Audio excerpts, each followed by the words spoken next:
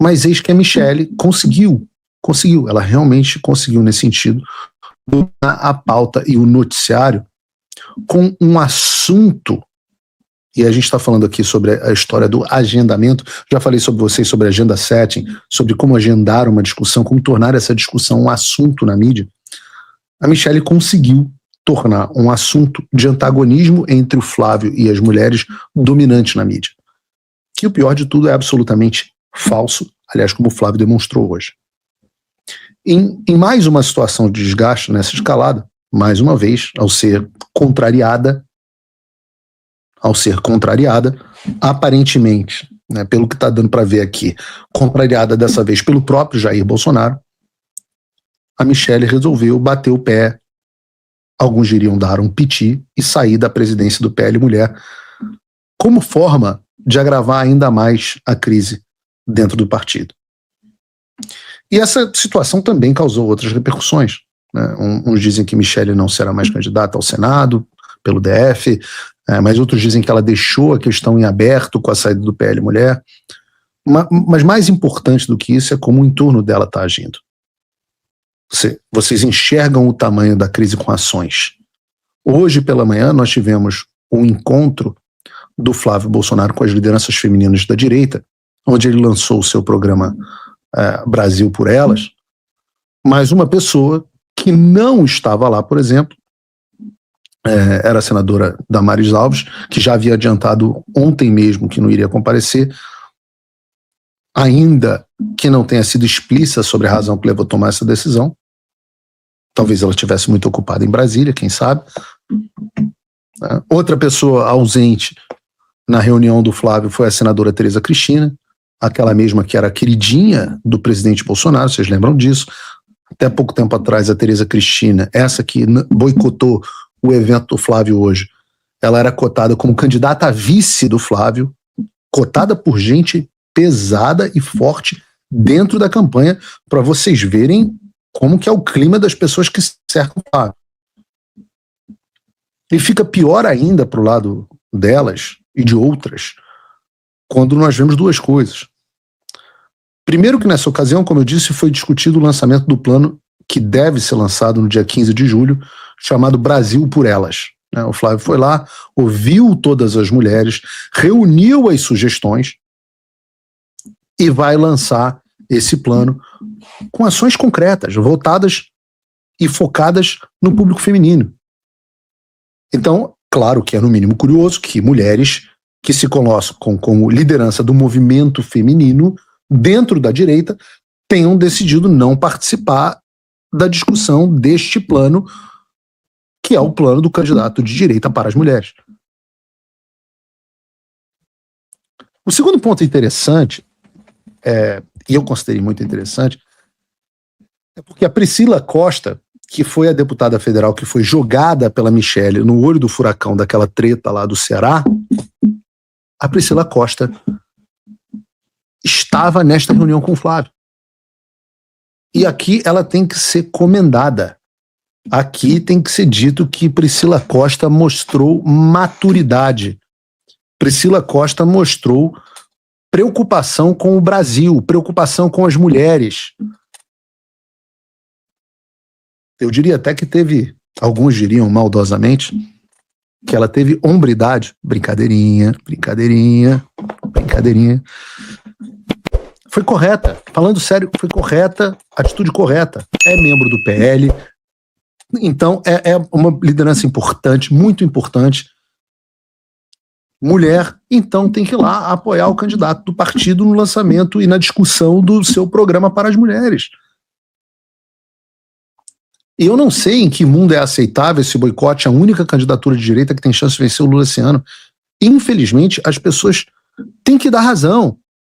Aqueles que, em um grau maior ou menor, com estilos diferentes, alertaram desde o início sobre o problema de você não disciplinar os seus correligionários e os membros do seu grupo político. Alguns, na verdade, não conseguiram nem entender a diferença entre, por exemplo, um correligionário. Já falamos sobre essa palavra, né? Correligionário vem daquele que está na sua legião, ou seja, é um termo militar, de origem militar romana, aquele que está lutando a mesma guerra que você. As pessoas não sabem a diferença entre um correligionário da sua legenda e outras pessoas que são jornalistas, apoiadores, influenciadores, o que quer que seja. E a gente sempre fez questão de chamar isso aqui no programa, porque é uma distinção importante. E hoje o PL é esse caos por falta de disciplina. Não é possível, por exemplo, que o Flávio, ou o Eduardo, ou quem quer que seja, queiram disciplinar a mim pela simples razão de que eu não sou membro do PL, tampouco faço parte do grupo político, do partido, dos seus aliados, eu sou só um jornalista e um eleitor engajado. Então não é possível disciplinar a mim. Mas teria sido possível, eu diria, necessário, que fossem disciplinadas as pessoas que fazem parte do partido e do grupo político submetidos à sua hierarquia. O tempo mostrou que essa história de deixar, não, vamos deixar cada um virar no seu tempo. O tempo mostrou que isso é, lamento dizer, fraqueza. E fraqueza é sempre provocativa. A fraqueza é sempre provocativa. Quem é do PL e está coligado ao PL nas eleições federais tem a obrigação de apoiar o candidato do PL, independente de briga, de picuinha, de problemas familiares. Vejam o PT. Vejam como é o PT. Tem alguém deixando de apoiar o Lula dentro do PT? Não. Ah, não vamos disciplinar as pessoas porque senão nós vamos criar uma crise no partido. Eu usei a frase do Donald Rumsfeld, que a fraqueza é provocativa, mas a minha mãe me ensinou a versão Herbert Richards dessa, talvez não Herbert Richards, que Herbert Richards não fala palavrão, mas a versão brasileira da sabedoria tradicional é a seguinte: quem muito se abaixa, o cu aparece. E essa história de não disciplinar, vamos aguardar, senão nós vamos criar uma crise. Ora, a crise veio da mesma forma. No livro que eu sempre recomendo, se for recomendar um livro para todos os brasileiros hoje, eu recomendaria o 12 Regras para a Vida, do Jordan Peterson. E ele cita lá um conto do Jack Kent, que eu acho que é relevante para o ponto que eu estou construindo aqui. O conto trata de um menino pequeno, o Billy Bixby, que vê um dragão sentado na sua cama numa certa manhã.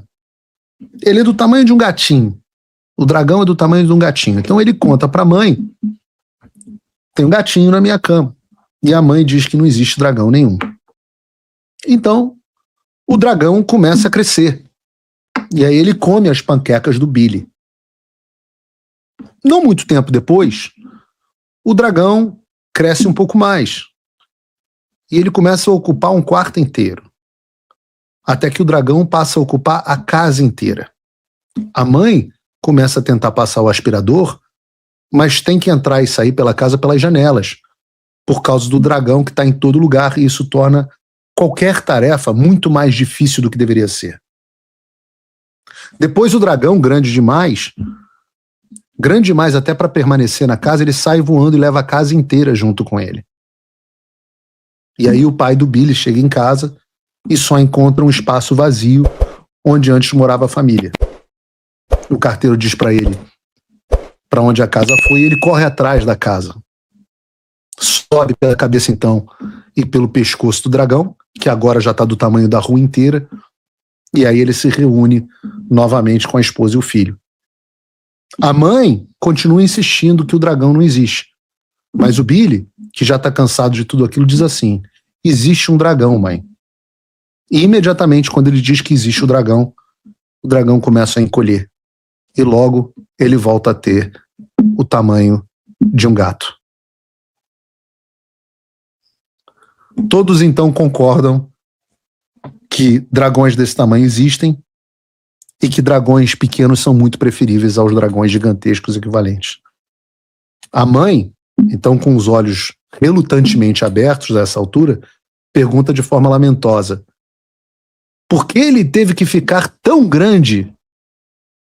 Ao que o Billy sugere baixinho: talvez ele quisesse ser notado. Há um dragão. E ele teve por muito tempo em cima da mesa, bem pequeno. Porém, para evitar lidar com esse pequeno dragão, muitos preferiram fingir que esse dragão não estava lá.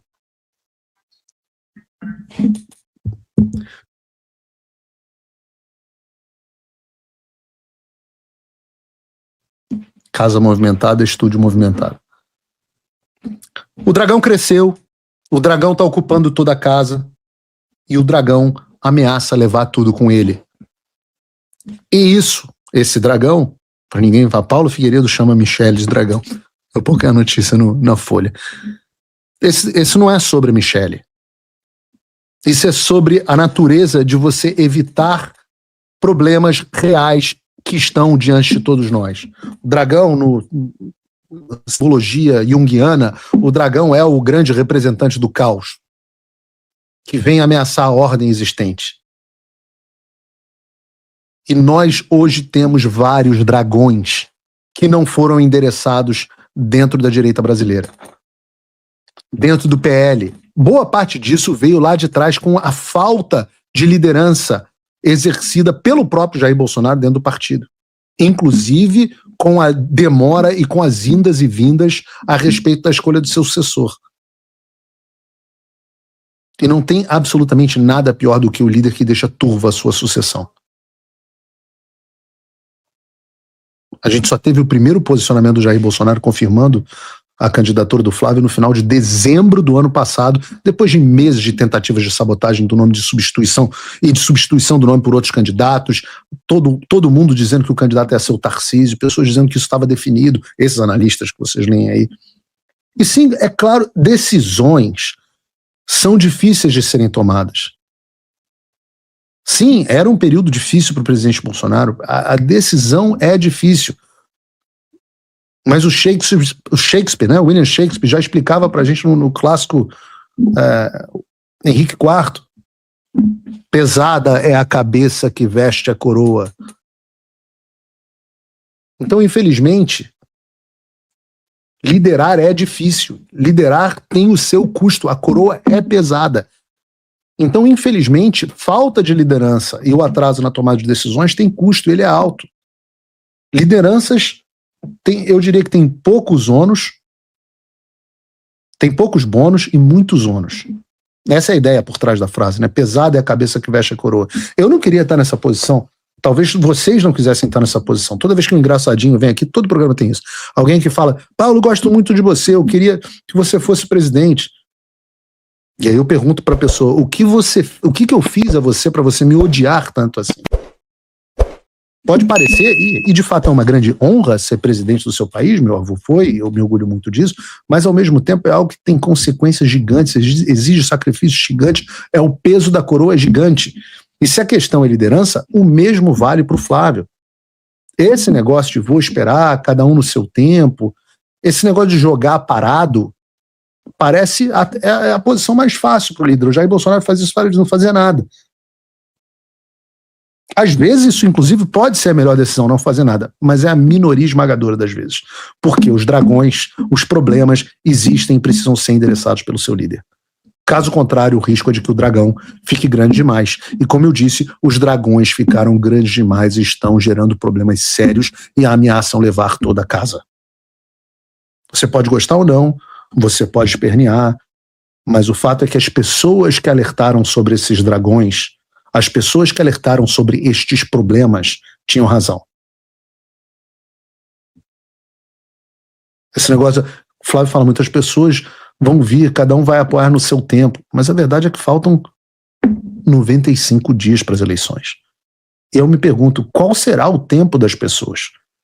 Em que mundo é aceitável você ser boicotado dentro do seu próprio partido?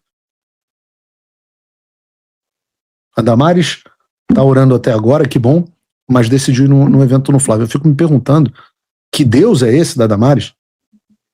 E vejam, eu não tenho nada contra a Damares, nenhuma inimizade, na verdade não desgosto dela, inclusive parece ser uma senhorinha gente boa. Todas as minhas interações com ela sempre foram cordiais, ela me parece gostar do presidente Bolsonaro, mas é óbvio que a gente tem divergências políticas, e eu vou continuar cobrando a ela sobre a fala e sobre a falta de apoio ao Flávio Bolsonaro. enquanto para Elisiane Gama, senadora do PT, sobram elogios públicos dela. Aquela mesma, a mesma lá da CPMI das fake news, do 8 de janeiro, CPI do 8 de janeiro. A mesma. Agora, posto isso, não dá para misturar, isso é um adendo importante aqui, não dá para misturar as críticas e divergências políticas com difamação da vida privada das pessoas, como fez com ela, por exemplo, o Oswaldo Scrock. Isso não dá. Não dá. E da mesma forma que eu não posso começar a ser responsável pelo que o Oswaldo Scrock fala. O Oswaldo Scrock foi lá numa publicação minha e começou a falar, não, porque a Damares tem isso, era amante não sei quem, blá, blá. Desculpa, isso aí não tem, é uma linha que eu não cruzo. Se vocês podem reparar, difamação das vidas privadas das pessoas é algo que não acontece no programa. Eu não entro na vida privada das pessoas, não entrei nem quando era o Daniel Vorcaro. Eu vim aqui no programa dizer que era um absurdo os diálogos privados do Daniel Vorcaro se tornarem públicos. Então essa é uma linha que não cruzo. Pelo contrário, já que o Flávio repudiou a minha fala, eu vou repudiar o comentário do Oswaldo Scrock. Ainda diria o seguinte, eu parto do pressuposto que é mentira, porque esse cara é um mentiroso compulsivo. Não sei se é, mas eu parto do pressuposto que é.